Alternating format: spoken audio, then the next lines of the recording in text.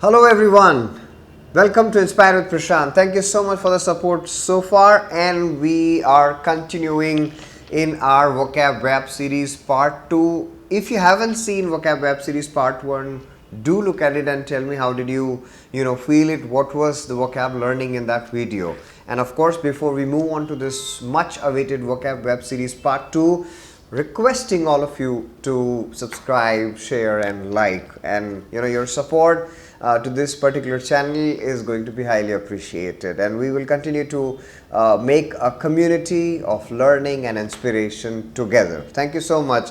So guys, Vocab web series part 2, we did lot of words in Vocab web series part 1 and we understood how to develop a vocabulary. Let's continue, and in this particular video we will be doing a lot of words. So with these two videos, the part 1 and this part 2, I really want you to have so many good words with all of you which can help you everywhere, be it entrance examination, be it reading a novel, or be it watching a movie, Hollywood movie or anything. Let's get started guys. First chapter, as far as this particular part is concerned, part 2 is concerned, it's going to be related to praising someone. In the last video, if you remember, we did a certain category which was related to criticizing people, where people are rebuked and people are denounced. Remember that? So now it is just opposite of it. It's not about criticizing people, it's about praising people. It's about raising their rank and honor. And let's try to immediately get on to the business. Praising someone, appreciating someone. When you say well done, when you say great job, what are the words you guys can use, right? और जब भी हम praise की बात करते हैं, so there are so many words that we can remember. Let's get started with one of the most popular words, which is kudos. So when you want to say well done, when you want to say great job done, use the word kudos, right? When you want to praise some in other way, you have encomium, you have the words such as accolade, and then applause, hum kehte hain applause. So you have the entire family of laud, then you have the words such as laudatory, right? Okay, then you have a word which is plaudit, and then you have a wonderful word in the same series as applaud. Easy to remember: laud, plaudit, laudatory and applaud, right? Then we keep hearing this funda of a standing ovation, right? Then we keep hearing he is one of the most acclaimed artists, right? Then we also understand bringing laurels, glory, praise to one's country, right? And in continuation to that, you have other two words as exalt and extol, and also eulogy. Now, probably these are the more or less words that I'll be happy for all of you to remember. Starting with kudos, encomium, accolade, laud, laudatory, plaudit, applaud. Ovation as a standing ovation is very common. Acclaimed artist, bringing laurels to one country. Exalt is very popular word. Exalt is to raise in rank or honor of someone. So, when you are exalted by someone, you really feel happy that somebody is praising me. Extol is another word. Eulogize has something very specific. So, eulogy is praising, but especially a dead person. So, you got to remember this thing. जब आप eulogy की बात करते हैं, तो you can use it in terms of praising, but this is more or less about praising a dead person. That's what eulogy is all about. And probably the last word that I want to end this family with, commend. Commend का मतलब क्या होता है? Commendable job, right? Commendations. So commend is to praise, right? So I think I'll probably put a stop on the praise family. I'm confident that if you remember these words, then probably you will not be bothered in any entrance examination as far as praise context is concerned, right? So remember, have a look at the whole slide again, and so that you are in a position to understand all the words. Thank you so much. Chapter 1, Vocab Web Series Part 2, the praise family has been perfectly done, right? Now, next chapter. I ask you what you are passionate about. I ask you what activity you really have great enthusiasm, inside you for that. तो जब भी हम great amount of devotion, great amount of passion towards anything या a great enthusiasm की बात करते हैं, there are certain words which has to be understood, right? Can you tell me, if I ask you, what particular thing you're really passionate about? So I'm asking nothing but for what activity you have a lot of zeal. I'm asking what activity you really feel the ardor inside you, right? Or the fervor inside you, or maybe zest within you, or maybe gusto within you. So now getting my point, I'm trying to talk about a particular family which talks about passion, devotion, oblique great enthusiasm. And that's how you got to remember these wonderful words. And when you are passionate about something, you are zealot about that, right? If ardor becomes ardent, fervor becomes, fervent. How important and easy. जब मैं कहता हूँ कि when you follow something ardently, or when you are an ardent follower of something, you have a lot of passionate and zeal about. Some people have a lot of zeal for fitness. So that's how you use. So it's about your devotion, passion, and great enthusiasm. That's how you do the words. And another word, when you are really passionate about something, you remember the word rabid. So when you are a rabid follower of something, you are deeply devoted and highly passionate about that particular thing. And that is why we keep hearing the sentences like zealous participation in extracurricular activities. So, remember these words, zeal, ardor and fervor, right? And that's how they got to be remembered. And हम कहते हैं कि India में religious ardor बढ़ता ही जा रहा है, right? Fortunately or unfortunately, we don't know that. But zealot, ardent and fervent, the whole category is about great enthusiasm, great passion, right? This is about, all about your enthusiasm which you carry for any activity. Use these words in that context, remember these words in that context, and I think this category is going to help you, with few of the, words as far as any context is concerned. Moving on to the next chapter. 2 chapters done so far, Vocab web series part 2. We talked about praising someone, and we talked about that great enthusiasm for something, that passion and devotion for something. Continuing with the next chapter of Vocab web series part 2 is one of my all-time favorite chapters. Get ready for some great vocab learning, guys. And the chapter is comfortably titled as Cheat Chapter. So you cheat in exams, you cheat in relations, you cheat in this and that. I think जब भी cheating की बात होती है तो you really have to understand so many words which are very popular and very, very common in various ways. So if I say that, okay, you cheated in exams, right? What words? You did some tricks, right? So do you know some words apart from cheat itself? And that's where we would be, generating so many words today out of this cheat chapter, and be very watchful. I think when you're being cheated, you're being deceived. You all know this word, isn't it? So deceive is one of the common words. चाहे मैं cricket में दूसरा ball से आप deceive हो जाएं, you were expecting, an off spin, and then suddenly you saw it was a dusra and it moved away from the pitch. That's where you need to understand that deceive is one of the base words. And when you talk about cheating or getting deceived, you immediately add the words like dilute and deceit. Some people are deceitful. They are full of cheating inside them. So remember the D series to begin with, where you have the words like deceive, delude and deceit. तो हम cheat की बात करते हैं तो to cheat जो कि एक verb form में होगा, क्या क्या और words समझ में आ सकते हैं? Gulls to cheat, one of the top words. Then swindle is one of the top words, right? You talk about a lovely word which is hoodwink, okay? You talk about a word cozen.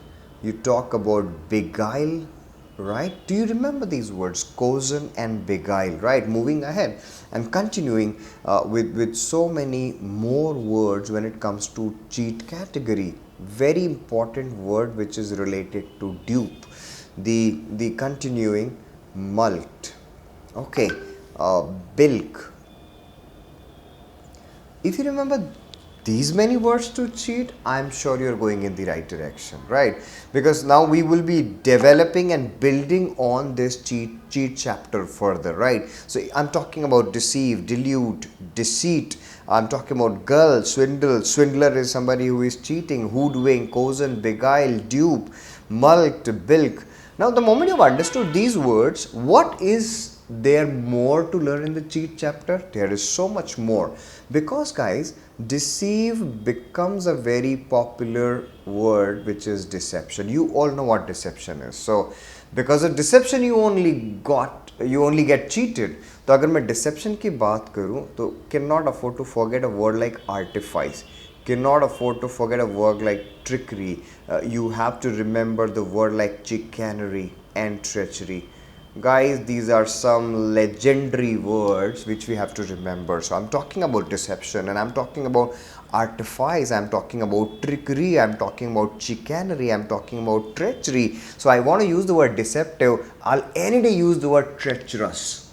So that I have to be careful in this terrain, because this is very treacherous. I may fall down. So treacherous, deceptive, what a lovely word, right? Then chicanery is definitely, you say that the magician was so good that I could never detect any sort of trickery or any sort of chicanery in his magic, and I was getting deceived every single time.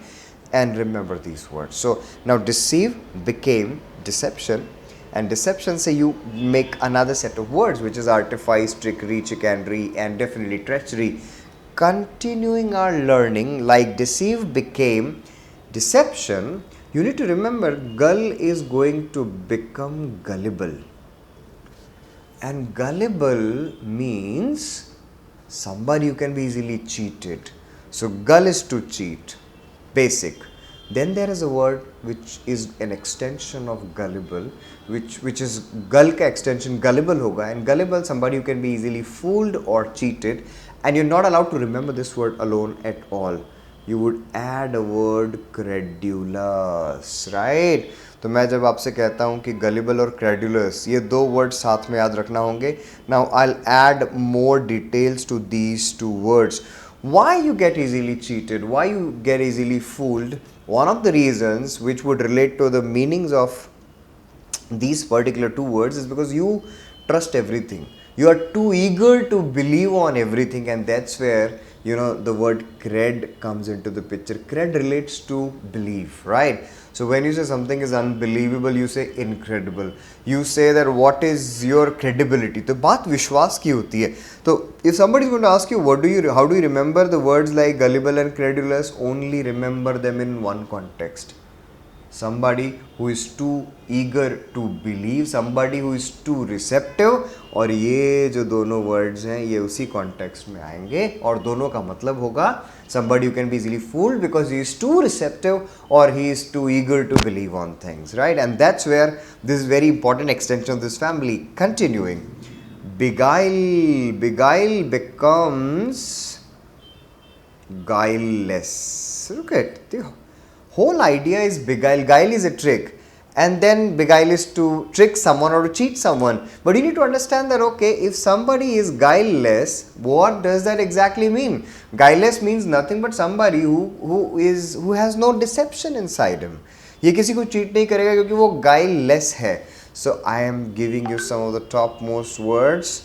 People without any deceptions inside them would be guileless, artless, and tactless. Guys, how easy it is to remember 42 words, right? The whole cheat chapter itself giving us 20-25 words easily. So beguile is definitely trick someone to cheat someone, and then you have guileless, artless, and tactless. Now these people are not supposed to deceive anyone because they don't have any guiles within them, right? So this is another extension. Another popular extension is going to come with the word deceit, right? अभी तक तो ये लोग थे, ये किसी को cheat नहीं करेंगे, guileless, tactless, artless, but now immediately you have this word which was deceit. तो जो डिसीटफुल लोग होते हैं, जो आपको कभी भी चीट कर सकते हैं या उनकी प्रवृत्ति डिसेप्शन की होती है या वो डिसीव करना चाहते हैं, प्लीज़ रिमेंबर डिसीटफुल वाले words. People are super cunning, people are very sly, people are very crafty. Remember these words. So crafty, sly, cunning, right? You're talking about people who are wily, right? बोलते हैं ना, you know, foxy nature होता है लोगों का. So बोलते हैं ना, this guy just gave a cunning smile. That means he has done something deceitful, right? So people are very crafty, people are sly, people are cunning, people are wily. Another top word which is Machiavellian, right? So Machiavellian is also a same word. Machiavellian is also a very double dealing and crafty kind of an individual. So remember Machiavellian, you have to remember deceitful, sly, cunning, crafty, wily, right? And Machiavellian. Machiavellian is also kind of a popular word as far as, you know, entrances like GRE is concerned. But sly, cunning, crafty, wily, Machiavellian and deceitful. Do not forget these words without a shade of doubt, guys. This is absolutely mandatory stuff when you want to do the entire chapter. I am summarizing the entire cheat chapter for all of you and we are done. So what cheat chapter is all about? It's about understanding the words which are related to cheating. So deceive, delude, deceit, gull, swindle, hoodwink, cozen, beguile, dupe, you know, mulct and bilk. And then you get to understand that, okay, if there is a word deceive, then what would be the words related to deception?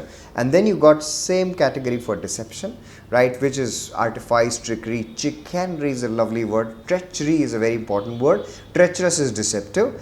And then you have, you know, you talk about beguile, and then you understand that, okay, people who don't have any deceptions and that kind of tendency within them, they are guileless, artless and tactless. And then gull gets you gullible and credulous. So दोनों का मतलब क्या निकला?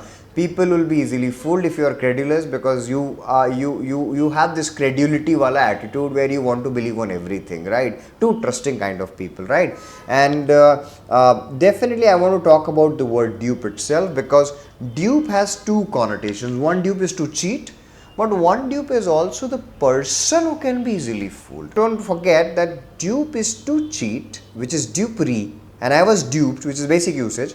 But dupe also means nothing but, you know, somebody who can be easily fooled. So this goes almost as good as gullible and credulous. तो ये ध्यान रखें, dupe one has to really understand as its basic connotation.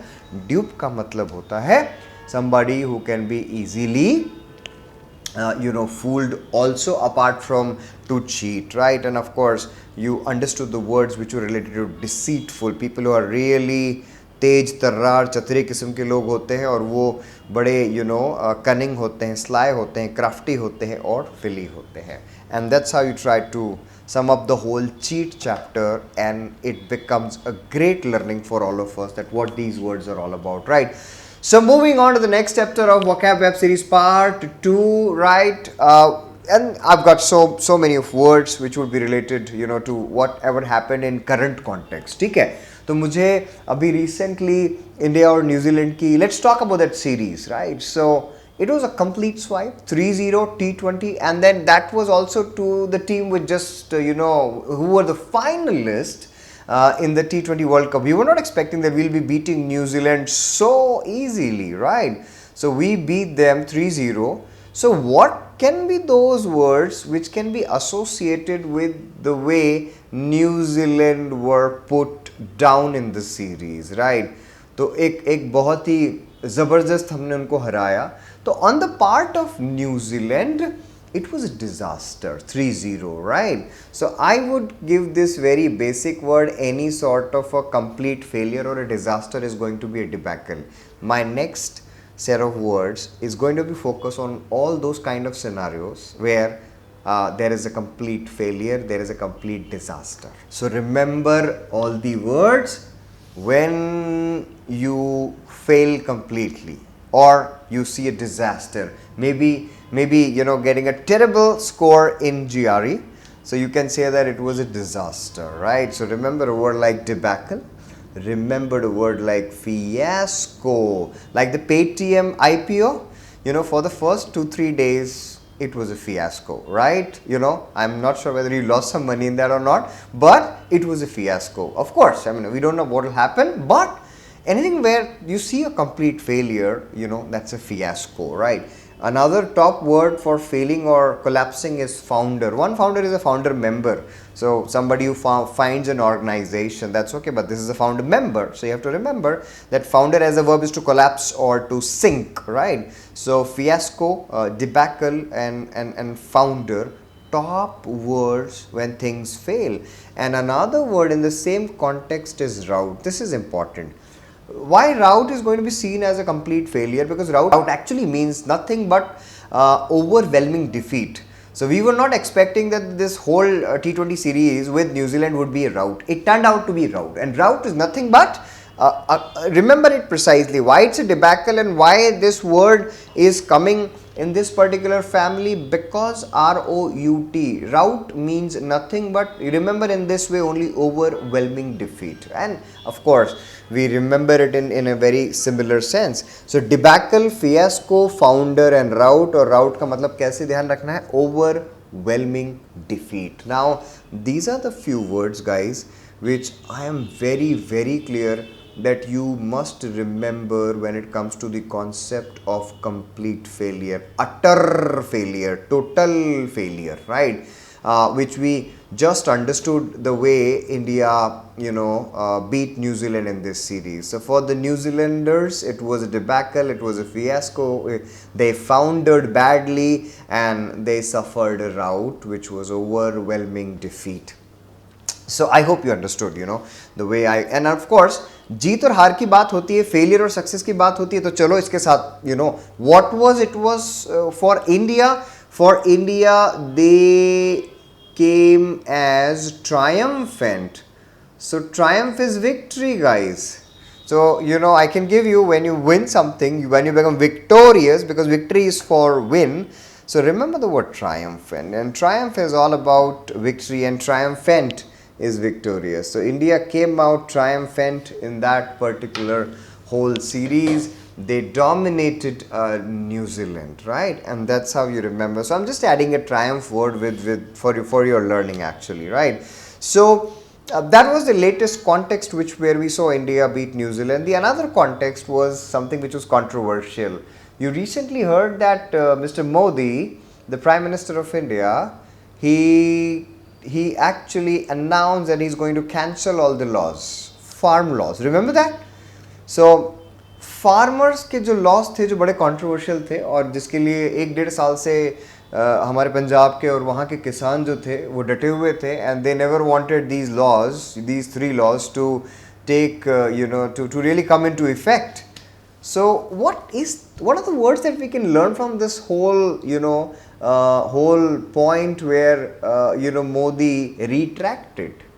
He said that, okay, we take these words back, we take these laws back, or we cancel them, and that's where your next learning is going to take place. Let's say cancel is a very broad category. So when you annul something, when you repeal something, when you revoke something, when you retract something, right, you trying to cancel it, right? When you resigned something, right, that's where you learn the words. Cancelling something, maybe a law or anything, or maybe cancelling your own words which you might have said previously. So for example, you say that, okay, I take my words back, I forswear them, I disown them, I repudiate them, right, I recant them, right, I retract हमने कर ही लिया है, disclaim, disown, disavow.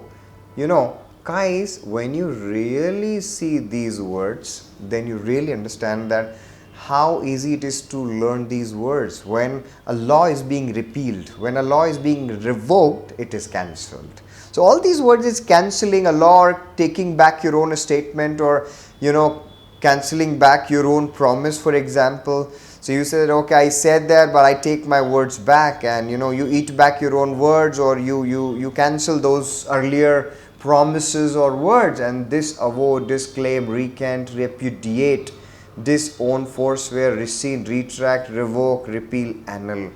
And probably in a similar way, a couple of more words that I would want you to remember is abrogate and abolish. Well, precisely, I don't want to remember these words to cancel, but this is like putting an end to a law or any system. जैसे सती प्रथा को हमने खत्म होते हुए देखा, तो that whole ritual was abolished. So you remember them separately in a way that, okay, it's not to cancel, but rather end it permanently. So when you abrogate a law, when you abolish a law, you kill it, you actually destroy it, you actually put an end to. So the best way to remember abrogate and abolish, these two words, it would be in a way to put an end to, right? So I think fantastic connotations when you see annul, repeal, revoke, retract, rescind, forswear, disown, repudiate, recant. So cancelling is the title, cancelling a law, cancelling your own earlier promises, right? And abolish and abrogate, to put an end to. And that's how you can remember the next time you see Modi talking about farm laws, remember these particular words, right? Continuing with our learning as vocab web series part 2, what are the words which would relate to Elon Musk? He's a great guy, we all know. Elon Musk is doing something which others never tried as an entrepreneur, right? When he was thinking about space, when he was thinking about humanity, then majority never talks about it, but he did it. So guys, when we talk about artists, when we talk about entrepreneurs, by nature they are rebels. Remember them? By nature they are rebels. And rebels means what way? They go against the majority. They go against the trends and traditions. They attack cherished beliefs. If they attack cherished beliefs, then we call them as iconoclastic. Then we call them as maverick. Then they become heterodox. Then they become non-conformist. What a lovely kind of a word. So when you display iconoclasm, you go against trends and tradition. You become heretical, right? You commit an heresy. So guys, these words, it is very important for all of us to remember in a way that what are the words for those kind of people who go against trends and traditions, who are actually who are not with the majority, right? And those people are non-conformist. And conformity is the one behavior where you go with trends and traditions. You can't innovate, you can't go against the trends and traditions. So when you see this word which would be related to conformity, if you're a conformist by nature, you will work within the loose regulations and rules and laws in this one. But when you're a non-conformist, you will never try to abide by what's going on, right? So remember the words like iconoclastic, maverick, heterodox, non-conformist, and heretical. And all these words give us an understanding that there are rebels and they are trying to attack cherished beliefs, right? So in the domain of arts and in the domain of entrepreneurship, these words are super important and evident. So I hope you understood when we say all the artists and entrepreneurs like Elon and all of the people, and these are rebels, they go against trends and traditions. And that's where you never forget a word like iconoclastic and non-conformist and mavericks and heterodox and heretical, right? आगे बढ़ते हैं. And then you talk about so many other families where you can really learn the words in a very healthy and easy way. We know, we talk about people and personality as far as this chapter is concerned, right? We all know that there are some people who are not sociable. We say man is a social animal, isn't it? When we say man is a social animal, we know that there are always exceptions who will be termed as loners. And जो loneliness होती है या जो लोग loner होते हैं उनके लिए हमको कुछ वर्ड्स ध्यान रखने पड़ेंगे. वी नो सॉलिट्यूड हमको पता है, सोलो यानी अकेला, solo. So guys remember a word solitary. So if I'm asking you what is that word which would be related to solitary, remember solitary means nothing but somebody who likes to live alone and he wants to be by himself. So he is a loner person, he is a solitary person, right? And you know, when it comes to such people who want to be isolated, top GRE words or in general is recluse, it is seclude. Wow, what a lovely reclusive nature होता है लोगों का. You know, वो seclusion में रहना चाहते हैं तो seclude हो गया, recluse हो गया, solitary हो गया, right? Then there are some people who are like hermit. So these words tell us that okay, these people, you know, they want to be alone, right? They are loners, and that's where, you know, their nature is slightly reserved, shy kind of a nature. There are so many words in the similar context, but these four words which would be related to you know, solitary, recluse, seclude and hermit, remember them purely for loner. I can always associate a word people who are shy by nature. तो थोड़ा सा difference होता है, एक पूरी तरह से loner होना और एक शाय होना हल्का सा डिफरेंस होगा. तो if somebody is really shy, just remember this one word for them, reticent and may be diffident. तो ये लोग ऐसे होते हैं जो कि शाय होते हैं और इनमें सेल्फ कॉन्फिडेंस की कमी होती है. So you remember reticent and diffident primarily for being shy. Loner थोड़ा सा एक अलग कॉन्सेप्ट हो जाता है. तो मैं बात कर रहा हूँ सॉलिटरी, रेक्लूज, सेक्लूड और हर्मिट की. और इसके उल्टे लोग होते हैं who really love company and they are sociable.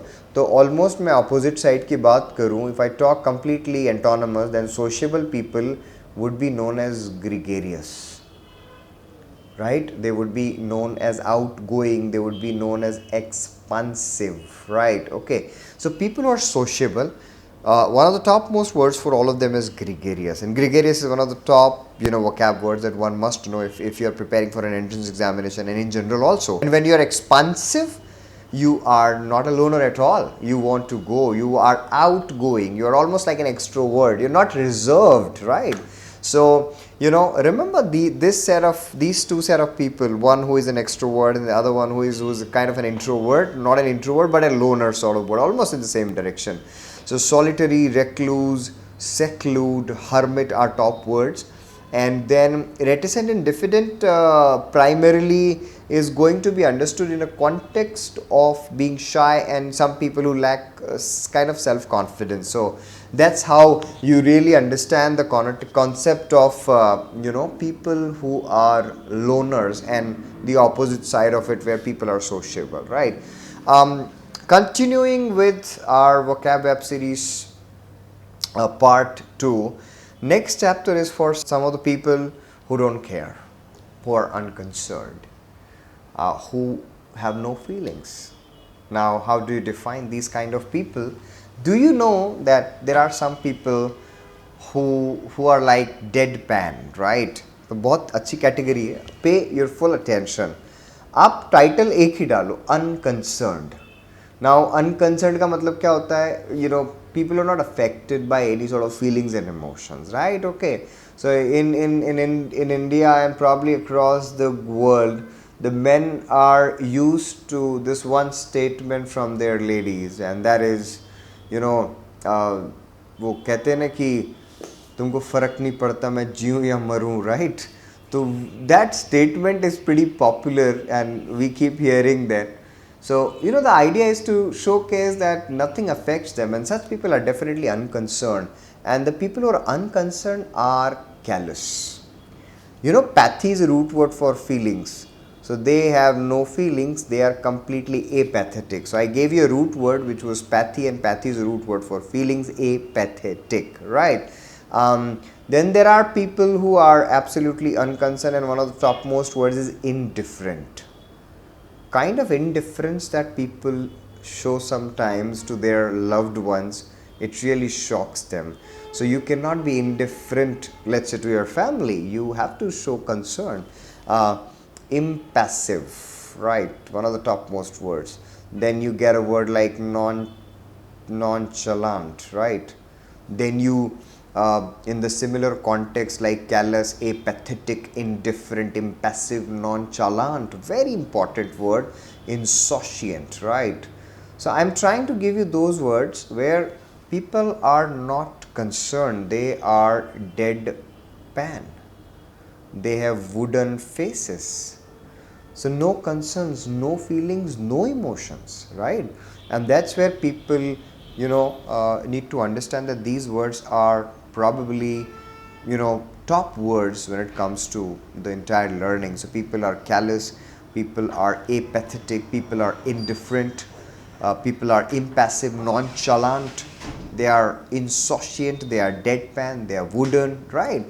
And while we try to use these set of words, we really have to be cautious. We are using in what context? People do not have feelings and emotions, right? Apathy, just to give you an idea, is the root word for feelings. So when we say apathy, means no feelings and no emotions, right? Because when you talk about apathetic, right? So pathy is a root word for feelings and emotions. So apathy, so बोलते ना यार ये issue इतना important है कि media को इसके लिए concern raise करना चाहिए, and then you hear in statement how media can show apathy towards such an important issue, right? So remember these top words where people are indifferent, they are impassive, right? And adding two more words to the same learning like stolid, like stoic, such important concepts, right? You cannot forget these words, right? And these are the words where people are nothing but unconcerned, right? And then of course, if you're talking about being indifferent, being apathetic, you need to understand these words in a very basic concept as unconcerned. Moving ahead, next chapter of Vocab Web Series Part 2, it's super important for all of us.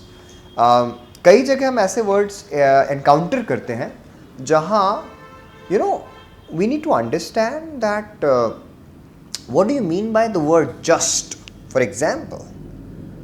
What do you mean by the word objective, right? If I ask you a simple question and maybe you might want to think about the answer, what is the torch symbol stands for? Do you know? What is torch as a symbol? So of course, a lot of people would say that torch is symbol of liberty, right? If I ask you what is this symbol scale is all about? Scale. जो बोलते हैं ना इंसाफ का तराजू.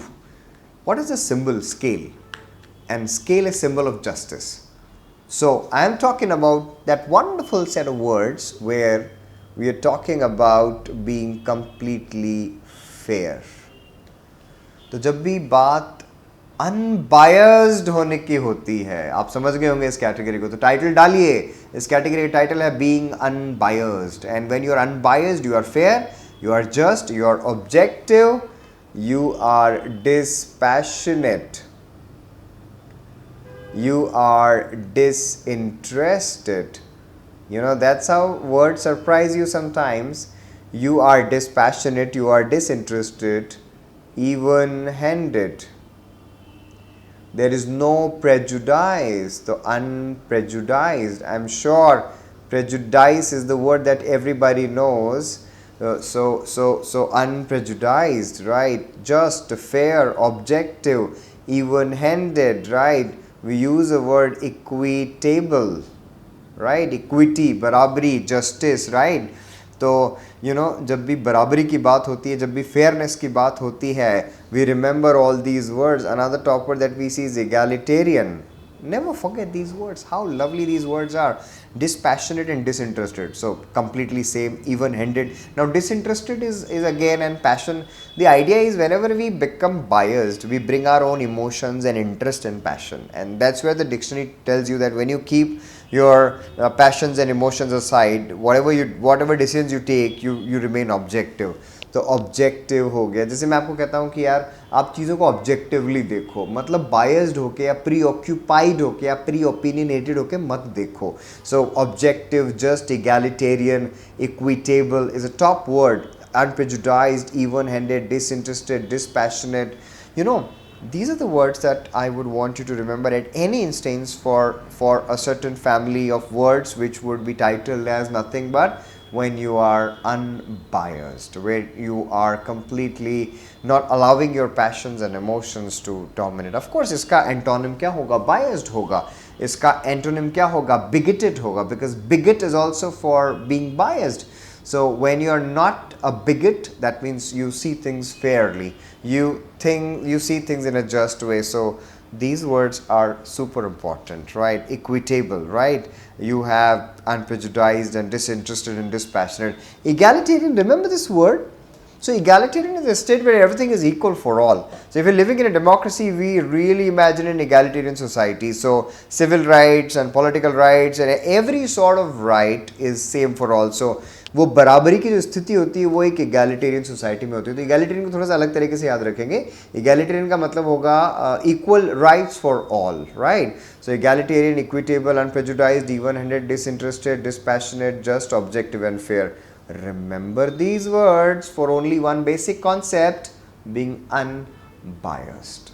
Don't forget, very, very important. When you're biased, for example, you are prejudiced, you are a bigot, bigoted, B-I-G-O-T, you are discriminatory, all these words for when we are biased, right? So, of course, we will do them, in our, coming chapters, but such an important concept of being unbiased. Don't forget disinterested and dispassionate, and don't use them when you don't have any passion or when you don't have any interest. You can't use the word dispassionate and disinterested. No, it's for unbiased. So continuing with our vocab web series part 2, you just learned so many words, and definitely you will continue to learn a lot of words. Right? Let's talk about some more interesting vocab concepts and groups which will help them remember words more and more and more, right?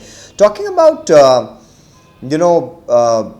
other next set of words, आप मुझे बताएं कि 26 जनवरी को 26th of January what kind of awards some Indians receive, right? They receive bravery awards. Remember them? So I think when I talk about all the words which would relate to bravery, I feel I really feel that I should explain this family through those bravery awards, which of course all are brave army personnel fighting for all of us on the borders, and they sacrifice their lives, or in other ways also with some heroic deeds of individuals who are not in army, but they are citizens, like they saved some person's life. Those are bravery awards, right? So instead of bravery awards, you remember that word which is actually gallantry awards. So gallantry is for courage. So let's do the words for courage and let's take it to the people who are courageous. ठीक है? तो मुझे लगता है कि gallantry की जब बात होती है तो गैलेंट्री अवार्ड्स याद आते हैं, और जब भी करेज की बात होती है तो valour, right? Word like prowess, word like fortitude, word like pluck. Guys, these are words for courage. So remember gallantry, remember valor, remember prowess, remember fortitude, remember pluck. When you see these words, they all mean for courage, nothing else. इनका सीधे सीधे एक ही meaning होता है, courage, nothing else. And then of course the people who are courageous, one pluck is something which you pluck the petal of a rose, which is like you pluck an eyebrow. That's okay. But this is one of the secondary meanings of pluck is courage. So all these words are for courage, and if you talk about people who are courageous, they are gallant. Any valiant effort is a courageous effort. Anybody who is courageous is audacious. Audacious के बारे में मैं explain करने वाला हूँ, but फिलहाल समझने की कोशिश करें. Gallant, valiant and audacious, right? Continuing, people who are courageous are also known as mettlesome. Can't forget these words, right? The idea is all about people who are courageous, right? People who are courageous are also gamely. People who are courageous are intrepid. People who are courageous are dauntless. Whenever we talk about the category of fear or category of courage, fear and courage, two opposite things. Why not to learn them as a chapter and build some great words? That's the idea of Vocab web series, right? Which was in part 1 and you are seeing this in part 2. So we're talking about gallant, valiant, audacious. Audacious ko thoda ruko. Hold on to this. Audacious, you might remember it as courage. That's okay, courageous person. But I would want you to remember audacious as, in a way, somebody is extremely bold. So, kai baar that being extremely bold, it slips maybe sometimes as disrespectful, maybe sometimes as stupidity. So, audacity has its, broader context. So, it will be best for all of you to remember audacity as extremely bold, right? Gamely, mettlesome. Now, intrepid, guys, because everybody has to understand the word trepidation means fear. So, from today onward, what is the top word for fear that you will be using is trepidation, and automatically intrepid becomes somebody who has no fear, right? And dauntless, because anything which daunts you, it frightens you, it causes fear. It is to intimidate. Now these top words, right? So to intimidate or to daunt or to frighten is to cause fear. And when you're dauntless, you're fearless. So fear ke liye bhi aapke paas words hone chahiye, right? What are the words for fear? You have a word trepidation. What are the words for, to cause fear, right? Is to daunt. जैसे बोलते हैं कि climbing Mountain Everest is a daunting task. You have been given so many assignments and suddenly you feel how would you complete this daunting task? So, it causes a fear inside you, right? Frightening experience, very, very fearful experience, right? And of course, intimidating. So, these words, they relate to this whole courage family. So remember the words for courage, the people who are courageous, and then of course we did intrepid, so trepidation is for fear, and all these words. And now automatically, naturally, we'll talk about people who are cowards. So these were the people who are like full of bravery with them. People who are coward are termed as dastards, not bastards, but dastards, right? What dastard? Have you heard of Pradhan Mantri ji immediately saying a statement whenever there is a terrorist attack? So, kayarta purn, right? So, dastardly attack. So, dastard is, coward. Dastardly is with cowardly and cowardice. And you have a word like pusillanimous. You have a word like poltroon, right? Remember these words. When you talk about, the words which would be related to coward or cowardice or cowardly, craven act. A craven act is full of cowardice. A craven act is full of cowardice. So, poltroon is somebody, pusillanimous and dastard. These people don't have any courage, or the idea is about, being a coward, and that's why dastard, pusillanimous, poltroon and craven.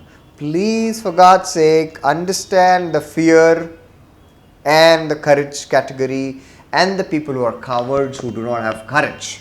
That's how you remember these words. And of course, you have been given that tagging with the video, which makes it very interesting for you to really pace up your vocab journey the way you would want, right? And as we have understood the whole concept of courage and fear funda, then probably now it's time to move on to the next set of words, which is that our interesting journey continues, right?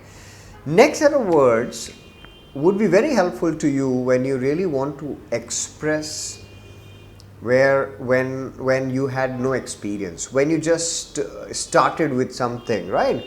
So we know that, when you are not experienced, or when you are young, or when you are immature, that way some words it is important for us to really know. And when I talk about what are the words where you can express that somebody just started his career, so he was in his initial stage, somebody who had no experience in something, somebody was immature, and that's why pay attention to this particular family. The best way to begin with the word like callow. Right. So I'm going to write down few words, and the moment I start describing, you'll understand. So first word is callow, then I have a word green, then I would add a word rookie, then I see a word tyro, then there is a word which is unfledged. Unfledged. Then I would add a word sophomoric. What these words for, guys? When I see, tyro, it's a straight away word for a beginner, right? When I say rookie, so let's say it is your first day of your job or first month of your job, you are a rookie, right? So the idea is to express those words where you can convey an idea that somebody is new to things, somebody is beginner, somebody is inexperienced, right? And in that context, you still have more words to learn. Neophyte, right? You talk about novice. These are slightly popular words for novice and neophyte. When it comes to talking about the words which would relate to the concept of a beginner or somebody who lacks experience, who is not as experienced, right? So unfledged, sophomoric, tyro, rookie, green, callow, novice, neophyte, even immature goes in the same direction, even apprentice goes in the same direction. And there are some more words which talk about those stages where everything is recently begun, like nascent, like inchoate, like incipient, like, without a shade of doubt, very important word which would be embryonic, elementary and rudimentary. Now guys, understand the whole funda. These are the words you might use for the people who just started. These are the words which you want to use for stages.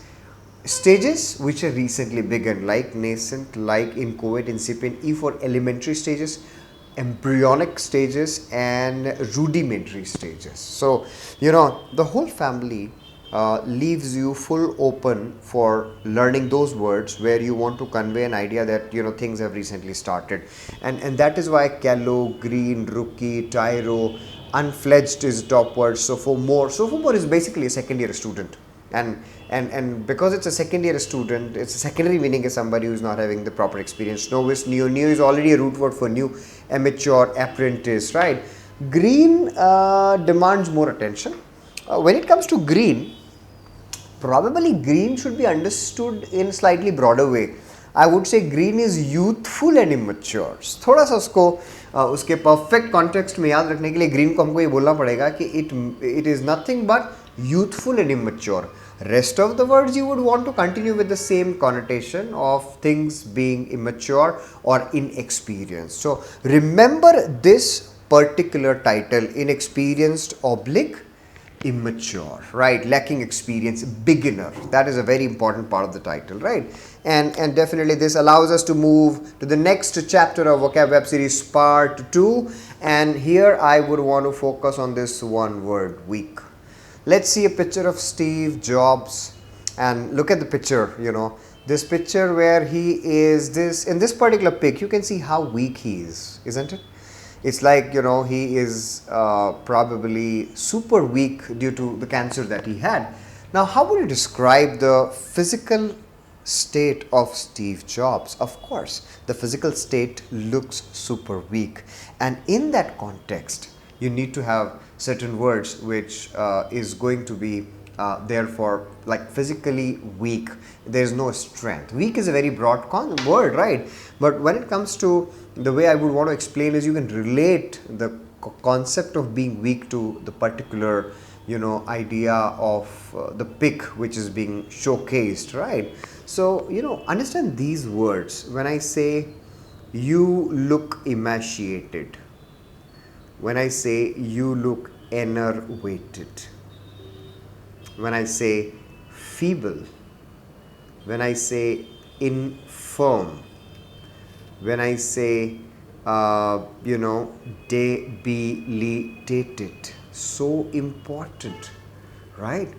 Guys, when we're trying to understand the words where we're trying to showcase the funda of being weak, you're completely emaciated, you're enervated, you look very feeble, you look infirm, you look, debility is a top word. Debility is nothing but weakness, right? Okay, and that's how you can explain the funda of being weak, right? Even you can talk about the words like emasculated, right? So emasculate is also nothing but weak, right? Any condition where you want to express being frail, being fragile is also coming in the same family of being weak.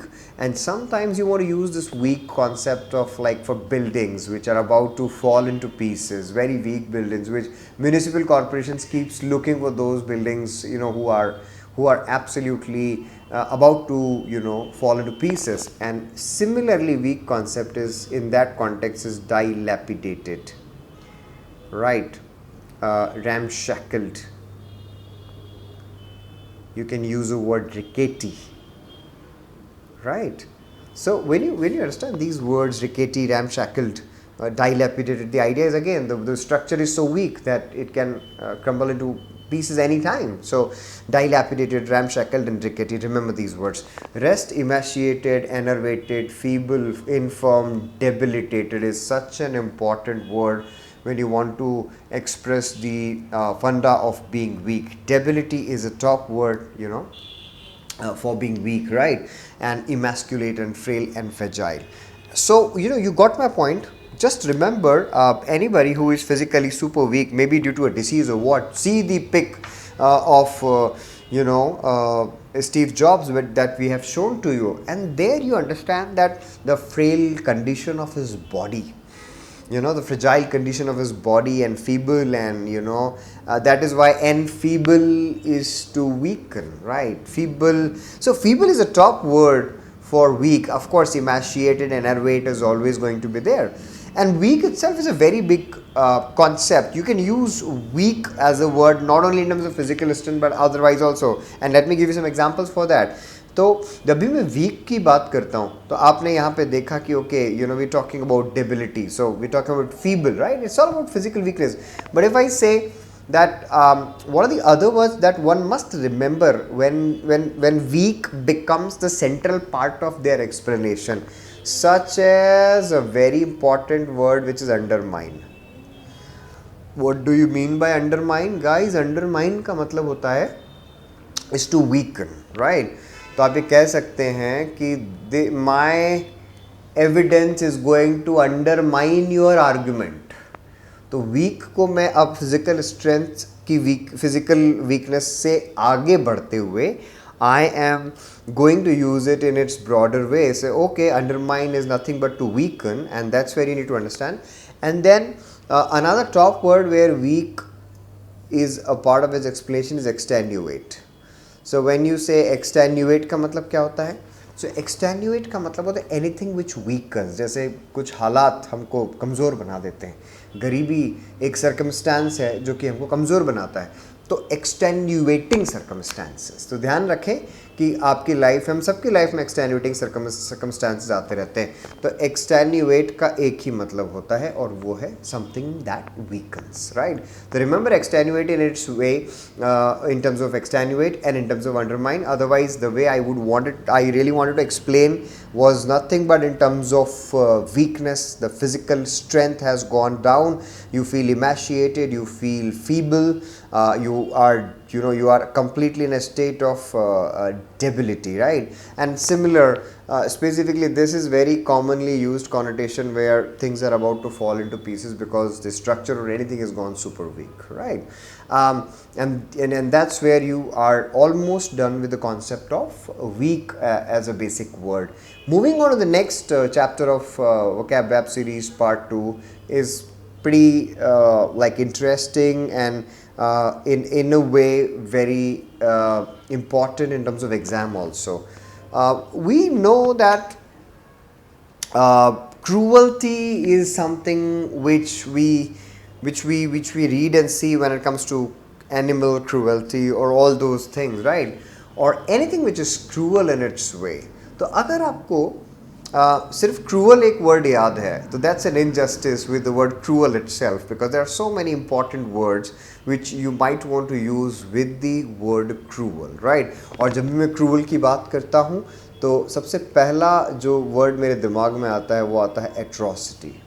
So atrocious, atrocity is a brutal deed. So brutal is another top word for being cruel. So when it comes to cruel, always start with these two words, which we call it as atrocity, which is atrocious, and brutal. And then of course we're talking about being cruel, so we know that the merciless, we know ruthless, we also know pitiless. Very basic general words for being cruel. We are trying to explain you the words which are very, very closely related to cruelty, right? So atrocity, when we say it's a brutal deed, you want to say it is a cruel deed, right? Merciless, pitiless, ruthless. Of course, mercy is daya, right? That pity, right? And if you don't have, you are a cruel person, right? And when you really, I mean, there are not many words for being cruel, but these are the most important words which you would be facing in the exam at any point of time. So atrocity, brutal, merciless, ruthless, and pitiless. There may be a lot of other words which would be related to cruelty, but these are major set of 5 words which I would want you to remember. Another word which relates to being cruel, but you really need to understand its connotation, and this is probably one of the famous words, inclement. Inclement can be termed as cruel in a way. Why? Because when you are clement, you are mild. So, cruel oblique harsh, it is going in the same direction. तो अगर आप clemency show कर रहे हैं तो आप mild हैं, और अगर आप inclement हैं तो आप harsh हैं, and harsh is bordering cruelty, the harshness, right? तो इस चीज़ को एक बार समझ जाएं कि जब भी बात होती है inclement की, remember it as harsh oblique cruel. जैसे हम कहते हैं कि कनाडा का वेदर बहुत inclement है. So when I say inclement weather, that means very harsh and cruel. So ध्यान रखें, you really have to remember. And of course, another popular word for cruel is savage. Savage is another very popular word for something which is cruel, and people really use it in a very flexible way. तो savage as a word को हमेशा ध्यान रखें. Savage का मतलब होता है cruel, right? So all these words for the concept of cruel you have to remember. More or less these words would give you enough scope in any entrance examination, right? Next chapter of Vocab Web Series Part 2 is related to when you violate a law, when you violate a regulation, right? You break a street light or you enter into a territory where you're not allowed to, right? So one of the common words when you violate a law, you always remember the top word is transgression. Never forget this. Transgression is violation of law. And a very, very clear words like breach and infraction. Please remember these 3 words when it comes to you break a law, you violate a law. So, transgression, breach is to break, you break promise, you breach a promise, you breach a law, you break a law. Infraction is also going in the same direction. And an extension of this category would be going into a territory where you're not legally allowed to. And that way you would remember the words like intrude, a commonly used word like trespass, another word is infringe, right? Infringe, then there is a word interlope. So guys, trespassing, intruding, infringing, interloping, all these words are again a sort of violation of law, but you're going, in what sense, you're going into a territory or you're crossing the boundary where legally you are not allowed to. And that's why you remember these wonderful set of words, intruding, trespassing, infringing, interloping. And without a shade of doubt, words like transgression and breach and infraction, they clearly mean nothing but breaking of a law or a violation of a law. And that's where you really have to understand these words in a very, very critical way. And when it comes to trespassing, it's very simple. You're going into a territory where not legally allowed to. You're entering into a zone which is you're not allowed to do. You're not allowed to enter, and that would be trespassing. Fringe means boundary. Fringe, so infringe. So in is for like going into. So infringe is going into a boundary or crossing a boundary where you are not allowed to do that, right? And that's how you learn this particular category of violation of law, and specifically going into a territory where you're not allowed to. Continuing with our words, our next chapter would relate to, you are a part of a democratic country. What is the biggest thing that we all are blessed with? We are blessed with the right. We have right to vote. We have, as a citizen, let's say, right to speak, right? When it comes to these rights, can you have a family? Yes, we have. So one of the basic words when it comes to the family and the words which relate to these rights is prerogative. तो जो कहते हो ना कि यार ये मेरा अधिकार है, मैं यूज़ करूँ या नहीं करूँ, वो आपका प्रिरोगेटिव है. तो जो आपका एक अनक्वेश्चनेबल राइट होता है, जो आपका प्रिविलेज होता है, उसे आज के बाद आप क्या कहेंगे?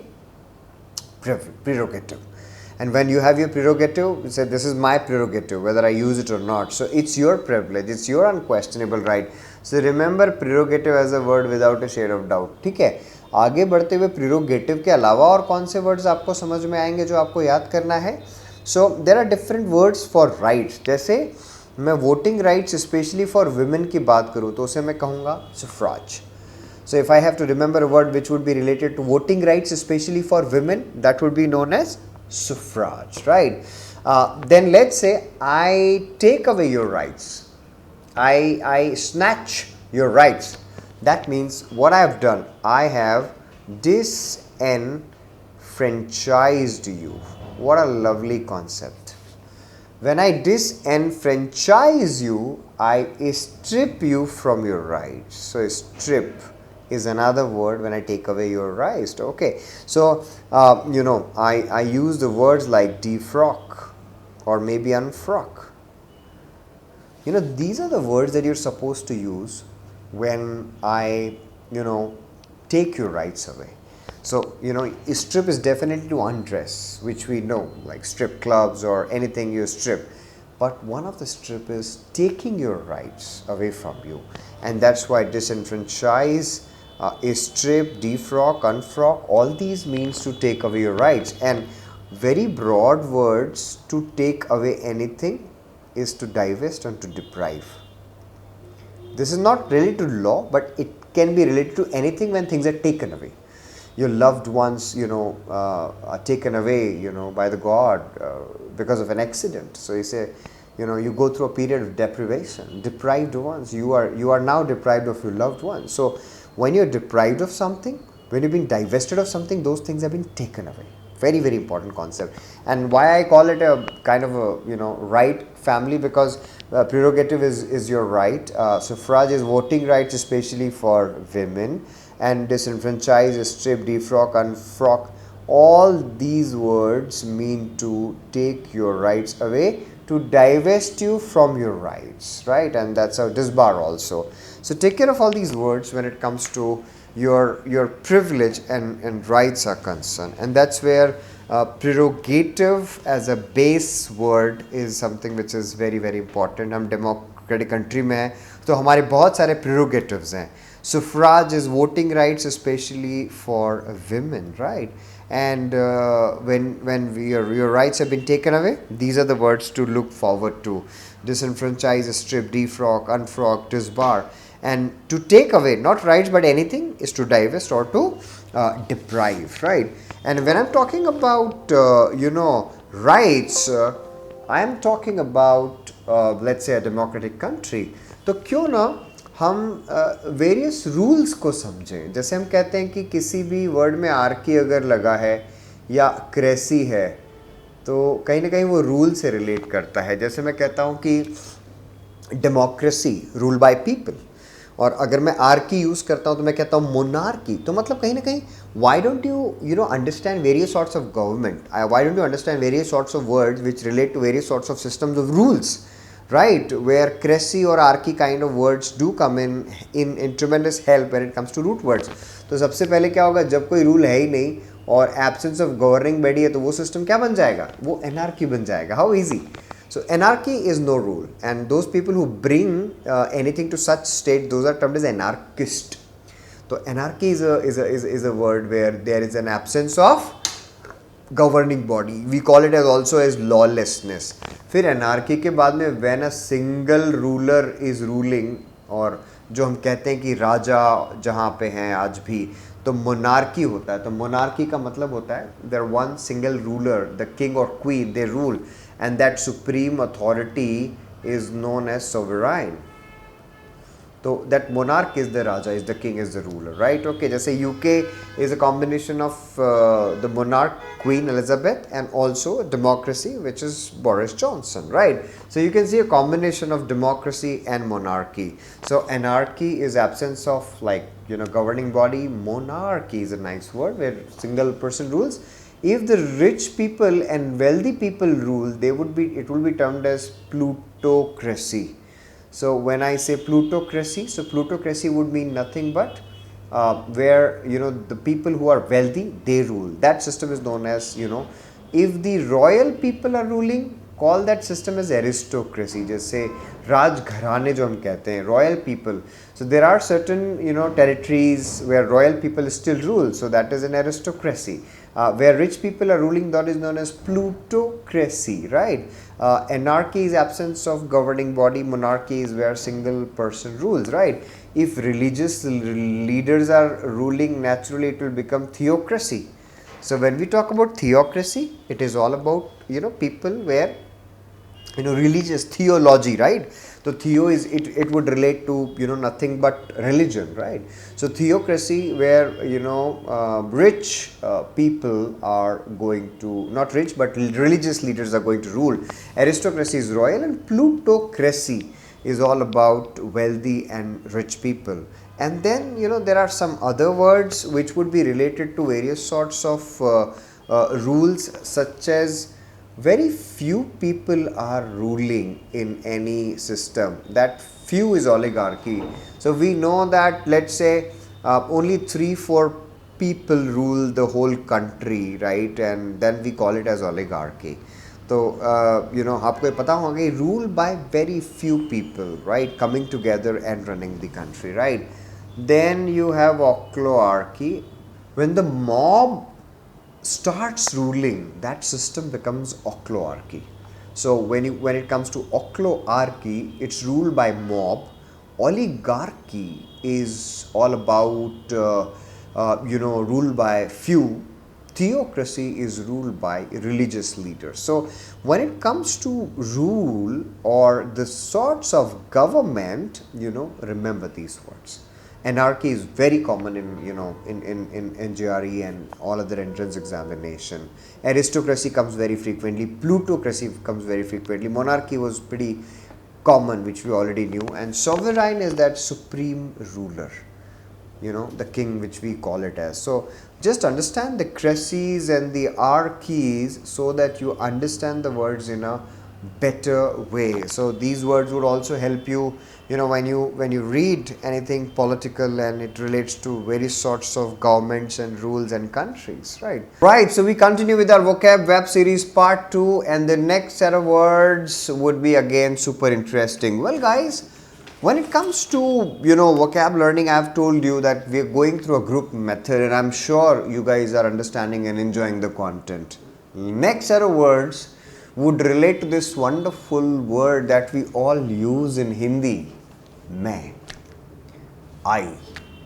और फिर हम उसमें और हवा भरते जाते हैं कि मैं ये हूँ, मैं वो हूँ, and then suddenly we remember that in mythology, there was a saying that Ravan was the most knowledgeable man on the planet. But what was wrong with him? He was under the influence of arrogance. I would never die. Nobody can, beat me or kill me. How about this? arrogant as a concept. How about arrogance, right? तो जब आपको पता चलेगा कि इतने खूबसूरत से word है जब हम arrogance की बात करते हैं और जब हम वो सारे वर्ड्स को याद कर लेते हैं जिसमें मैं होता है, राइट, जिसमें arrogance होता है, I think we really develop a fantastic set of words. Let's get started with few words. One of the first word that you will have to learn is supercilious. I'll explain you. Pompous. And I'm not sure whether you've heard these words or not, but they're super important from any context. Exam, daily life, reading a novel, Supercilious, pompous, pretentious, presumptuous, and haughty. Let's focus on these like 5 words. Supercilious. So you have ciliary muscles in your eyes, and with your arrogance, your eyes are fully open and showing that you are arrogant, right? Supercilious, right? Then pompous, you can see the word pomp and show. So it's a self-important behavior. When your behavior is full of pomposity, your behavior is all about yourself and maybe showing a superiority than the others, right? So pomp and show, pompous. Pretentious, same thing. Presumptuous is almost in the same direction. Haughty. So I would never mind remembering all these words in one context, that is haughty. And when you say that, in terms of arrogance, these are the 5 prime words that you have to remember. Few other words where you also display that air of I, air of मैं. You can always have words like conceit. You can always have a word like narcissism. And you can have this wonderful word vanity. Okay, how do you remember these words? I mean, you can remember them as nothing, but again the concept of I is there, मैं is there. So जैसे ये 5 words जो हैं, ये हम arrogance के लिए याद कर रहे हैं. Let's have these words: conceit, narcissism, and vanity for self-love. Loving oneself may not be like hardcore arrogance, but you have to remember them in what way? They talk about self-love. When there was a Narcissus, there was a king or some person in mythology, he saw his image in the water and felt love with it. That was what self-love. Vanity is something which stars always suffer from, stardom, right? And then there are dangers of vanity. Self-love, same goes as conceit. When you give a conceited smile, so you're trying to say that, okay, look, I may be better than you and I love myself. That is what conceit is concerned. So I'm super happy with these set of words. I hope now you understand the concept of arrogance, right? One of the worst things to have in life is of course, being arrogant or self-love. तो दोनों को साथ में याद रखेंगे because ultimately the center is I, मैं, right?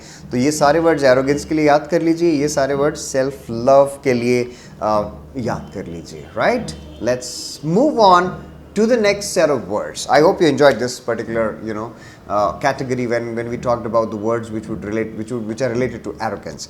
Moving on to the next set of words. I mean, you know that one person who irritates you. You know what irritates you, right? Okay, what is irritating. So why not, have all these words on our daily life, and we've been using the word annoy, right? So anything that annoys you, irritates you. So this category is going to be titled as to irritate, okay? And of course, annoy, vex, exasperate, very important word. Irk, right? Pester, fester. These words are doing nothing but teaching the words which would be related to irritate. So something that annoys you, exasperates you, something which is really vexing, irksome, pester and fester.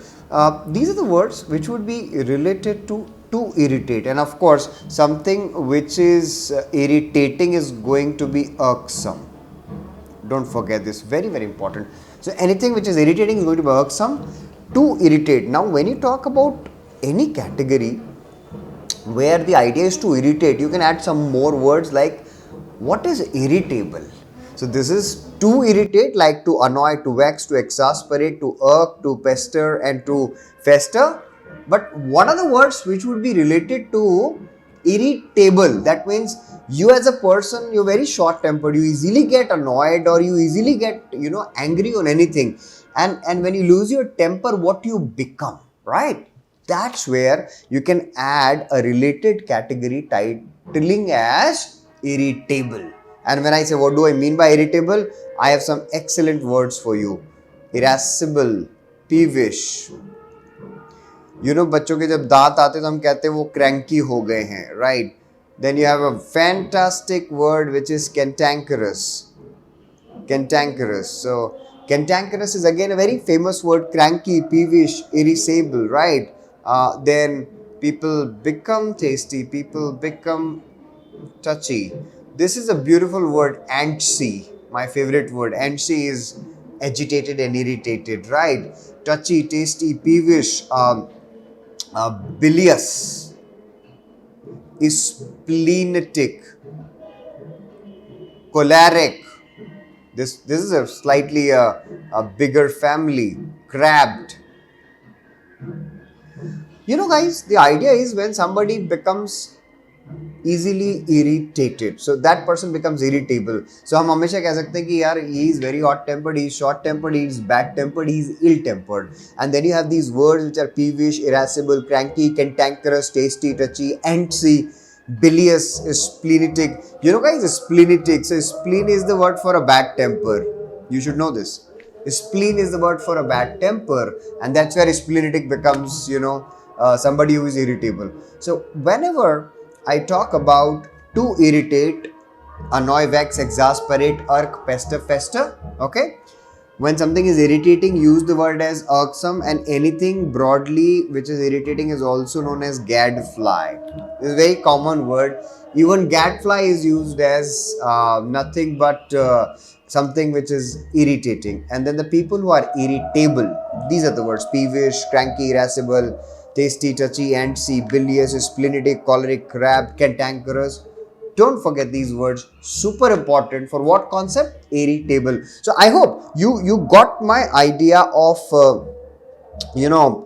of all the words which would be related to the irritation concept. To irritate, irritating, and irritable, right? And of course, you can always add those words. I'm reminding you: hot-tempered, bad-tempered, short-tempered, quick-tempered, ill-tempered. And I'm adding the last word, maybe you might understand this: ill-humored. Humor is mood. Humor is comedy. So there are two usages of humor. One is comedy and the other one is mood. So if somebody is ill-humored, he is in a bad temperament. He is in a bad state of temperament. So remember, humor is one as comedy and one as mood. So ill-humored going in the same direction. So I hope you understood the whole irritation wala concept in all these words. Continuing with our next set of words, and this category is also very, very important for all of us. One basic word which we all know: suffering. People suffer in many senses in the life, right? When we talk about suffering, जो हम कहते हैं ना, pain, दुख, दर्द, जो हमारी suffering होती है, I think you really need to understand how to deal with that. So, क्या suffering को हम replace कर सकते हैं कुछ word से? Where we can talk about our pain and painful experiences, sufferings, right? And it's a fantastic family. I'll always start with this family. I'll always start with the 3 A's. First one is anguish. Second is agony, right? And affliction. Beautiful 3 A's to understand the concept which is related to suffering. So we talk about affliction, we talk about agony, we talk about anguish. आप कह सकते हैं कि pain and agony, how commonly this phrase is actually used, right? Then we talk about trial, we talk about tribulation. We talk about the word like plight. Nobody can understand my plight except me. You talk about a beautiful word, ordeal. He has gone through such an ordeal, right? Like for a lot of people were talking that Aryan Khan has gone through an ordeal, right? So any sort of experience which is very, where you have suffered, these are the words: anguish, agony, affliction, ordeal, trial, tribulations. We हम use ही करते हैं कि times of trials and tribulations and plight. So let's have this wonderful concept of suffering understood clearly, and all these words, right? Affliction. So the base word is afflict. So pain has been afflicted. So now you understand that when I talk about affliction, all these words come into the picture, right? So, understood the funda of suffering. Moving on to a next set of words, it is related to some people who have sharp brain, who are mentally sharp, and like Steve Jobs, he was a sharp businessman. Okay, everybody knows this. तो एक अच्छा सा title बनाते हैं, mentally sharp and observant, right? तो जो दिमाग होता है, तेज दिमाग होता है, और मतलब चीज़ों की समझने की क्षमता बहुत अच्छी होती है. The ability to understand things, the ability to see things, ability to perceive things, and this is one of my favorite categories, right? So कहते हैं कि Gujaratis and Marwadis are amazing at in terms of their business acumen. तो वो कहते हैं ना कि मारवाड़ीज और गुजरातीज का जो बिजनेस एक्यूमेन है, तो मैं एक्यूमेन की बात कर रहा हूँ, या उन लोगों की बात करूँगा जिनके पास ये एक्यूमेन है. तो एक्यूमेन का मतलब ये होता है मेंटल शार्पनेस. और जब आप मेंटली शार्प होते हैं तो आपके लिए कैसे वर्ड्स याद किए जाएंगे? सैगेशियस. आपके लिए वर्ड्स याद किए जाएंगे perceptive. What a lovely word. आपके लिए कैसे वर्ड्स याद किए जाएंगे? Discerning, perspicacious, right? These are super important and beautiful words. The idea is people who are mentally sharp and observant. Look at these words: sagacious, perceptive, discerning, perspicacious. These kind of people are insightful. Very important. They have this insight. Their judgments are sound, so they are judicious. Don't forget this word, judicious, right? So when you talk about such kind of people, another word is very important, which is apprehensive. You can always add a word like astute, and that common word that we all use is shrewd. So when you use the word shrewd, when you use the word astute, when you use the word sagacious, perceptive, discerning, perceptive का मतलब क्या होता है? Somebody who is an ability to perceive things.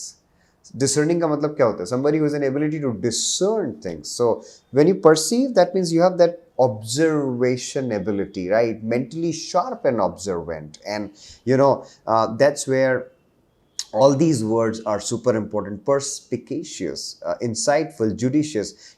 Apprehensive, I know that you are thinking that one apprehensive is when you are fearful of something. जब आपको लगता है कि आप apprehensive हैं तो फिर आप थोड़ा सा डरे हुए होते हैं. और एक apprehensive होता है apprehension, so ability to understand. So when you have the ability to understand things, you definitely you are apprehensive. Well, then I was apprehensive to see that this business is going to do well in next 5 years. So one apprehensive is somebody who has an ability to understand and see things, right? And that acumen is mental sharpness, right? And that's why that acuity is the sharpness, right? So acumen is mental sharpness, astute, shrewd, right? Even somebody, a word like canny is not bad here. Shrewd and canny. Canny is also very sharp, mentally sharp businessman. And sagacious, and you have perceptive, discerning, perspicacious, insightful, judicious, and apprehensive. Don't forget this category. The idea is nothing but that mental sharpness, and this is very, very important word, right? So I hope you understood the category of all the words which were related to mentally sharp and observant, right? Moving on to the next set of words, which is very interesting, I think. Do you know words when you're asked to calm down your anger, or you're being asked, you were crying badly, and then people are trying to calm you down. So it's a beautiful family and a very simple family: to calm down, to soothe down, to tone down. To calm down, to soothe down, to tone down. to make it less intense. And this category is very basic.